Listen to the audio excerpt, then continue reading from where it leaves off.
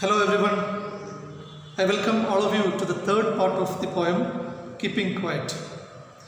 Students, in the last two videos, you might have learned about the importance of keeping quiet.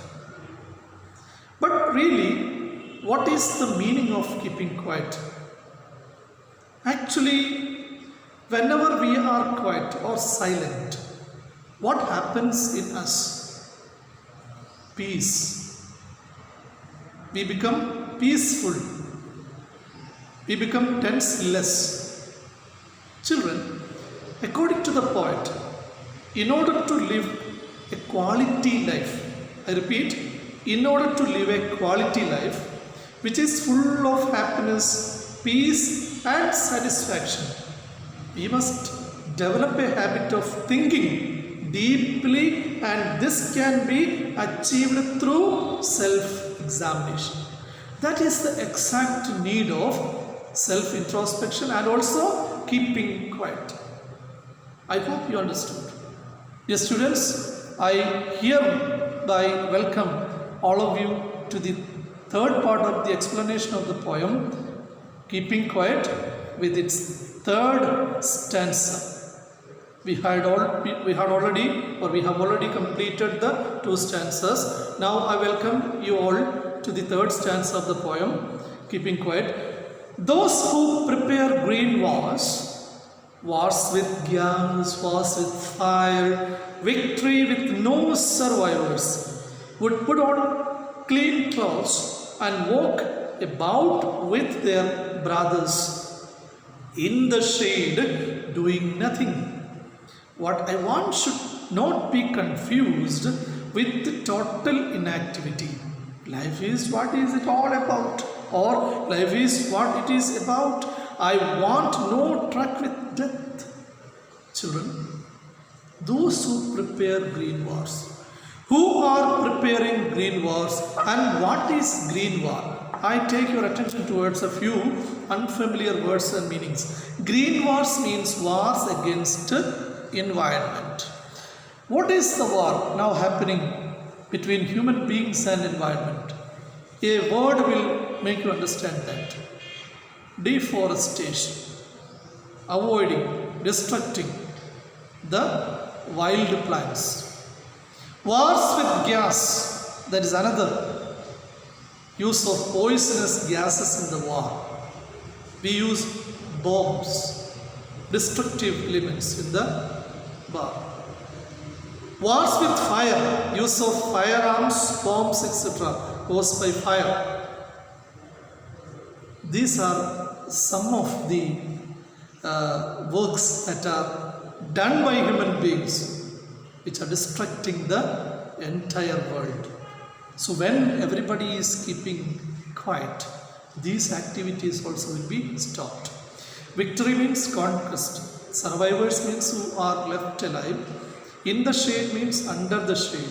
Confused means misunderstood. Truck with means associate with. These are the word meanings. Okay? Unfamiliar word meanings. Let's have a look at this stanza again.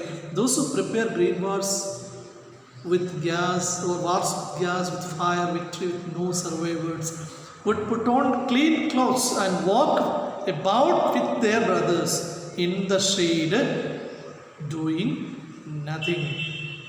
What I want should not be confused with total inactivity. Life is what it is about. I want no truck with death. Children, what is spoken in these lines? The people who exploit the green wealth of the nature by deforestation or mining or fishing in the deep seas, and the soldiers who use weapons to kill fellow human beings need some time to introspect into the consequences of their actions. They are merely doing their job or following orders. See, all these works are done by human beings. Maybe, may not be. They may be willing to do these works, may be unwillingly doing all these works. That is why they merely doing their job or following orders. The words are written like that. They are merely doing their job or following orders. He wants them to put on new clothes. That is to adopt a new approach towards life and to realize that killing so many people is not a victory. And also he wants all of us to be united as one.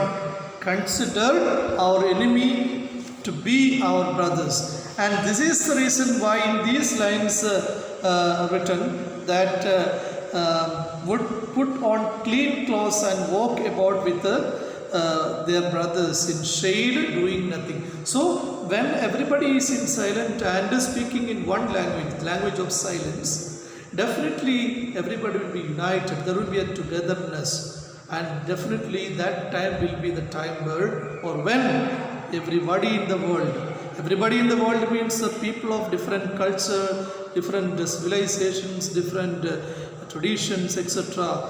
They will walk together. What I want should not be confused with the total inactivity. Sometimes again you may be confused with the total inactivity. Total inactivity is not death here. Please understand, he is promoting brotherhood, peace and unity. He does not want us to stop our works but to take some time to analyze the results of our deeds. He does not ask us to stop all the works forever. Only for some time. That's why he is asking not to confuse with the inactivity, the word inactivity. Here it's an invocation. He does not want us to stop our works but to take some time and analyze the results of our deeds. Students, I take your attention towards the fourth stanza of the poem. If we were not so single-minded about keeping our lives moving, and for once could perhaps a huge silence might interrupt this sadness of never understanding ourselves and of threatening ourselves with death. Some unfamiliar words and meanings you can find. Single-minded means focused on only one thing. Interrupt means disturb. Threatening means causing a threat. These are meanings of the words. So what is mainly spoken or said in the fourth stanza of the poem? All human beings work endlessly with the aim of completing their tasks. Task-oriented works. They are driven by the target of survival and the threat of death. So they are in a mad rush to accomplish all their works. People in the modern world are not finding some time to take rest. They are in a rush to complete or accomplish their deeds. Maybe because of the order from the top. And that's the reason I told you in the beginning, they were doing it willingly, sometimes unwillingly. He says that perhaps if they pause for a while, they can appreciate their achievements and their lives would become happier. Of course, some time is needed in everyone's life for a self-introspection or for thinking about the deeds that they are engaged in. He suggests that by keeping quiet, we will be able to understand the true purpose of our life. That is what is written at the end. Perhaps a huge silence might interrupt the sadness of never understanding ourselves and of threatening ourselves with the death. But this silence will, of course, take us towards a peaceful land. Children, I welcome everybody once again to the last part of the stanza-wise explanation. That is none other than the fifth stanza. Perhaps the earth can teach us when everything seems dead and later proves to be alive. So, who is the example for this types of introspection? The earth itself. Here the earth can teach all of us about the value of keeping quiet or stillness or silence. Perhaps the earth can teach us when everything seems dead. What do you mean by this? You know, in winter season or from autumn season onwards, the tree leaves start falling down or the trees will start shedding the leaves and fruits down. And most of the trees will be found naked. But what happens in the spring season? The trees are again growing the leaves and fruits. That is the best example. Earth is the best example of life. So here the earth is, according to the poet, earth during autumn and winter season are is introspecting or thinking about the different works it has been doing in the past, and in the next season it start bearing fruits and leaves in it. Now I will count up to 12 and you keep quiet and I will go. Let us know some words and meanings unfamiliar to you. Alive means living here, later means that comes after. So an explanation is given here once again. The poet suggests us to take a teaching from nature. Nature will teach us a very good lesson.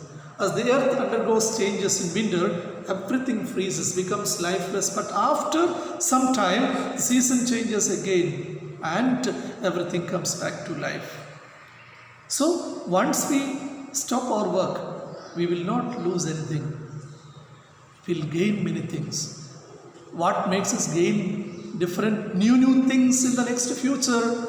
The introspection will help us. The self-examination, analyzing will help us to do better in the next time. Similarly, taking a pause and introspecting into us or our lives will give it a new meaning.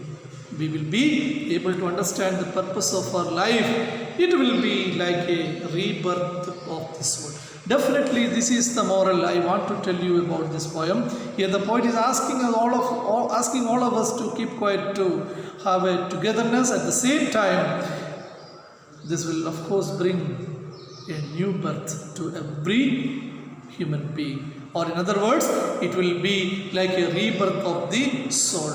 The poet has conveyed to all the people the purpose of his message, and so he asked them once again to take a pause. Stop, count till 12 and walks out of the scene, keeping the scene open for all the people on the earth to experience this for time to come.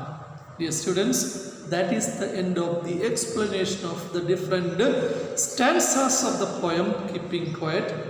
Definitely, I take once again your attention towards the top message conveyed through this poem by Pablo Neruda. Keeping Quiet leaves a message of universal brotherhood. Don't forget that. The main aim of this poem is to make or to develop a universal brotherhood and peace. It urges people to stop all sorts of aggression, including that towards the environment. If we think of ourselves as the hands of the clock on the face of this earth, moving in our routine ways, want it to be a good thing to stop all 12 and do some introspection. Therefore, I conclude this poem with a few more words, that is, keeping quiet is nothing but self-introspection. What is it for? According to the poet, this is done in order to live a quality life which is full of happiness, peace and satisfaction, which we must develop a habit of thinking. Therefore, we must develop a habit of thinking deeply and analyze ourselves. Dear students, this is the end of the third part of the explanation of the poem, Keeping Quiet. Once again, I thank each and everyone for joining this English session. Till we meet in the next episode, I am your English teacher signing off. Take care. Have a wonderful day.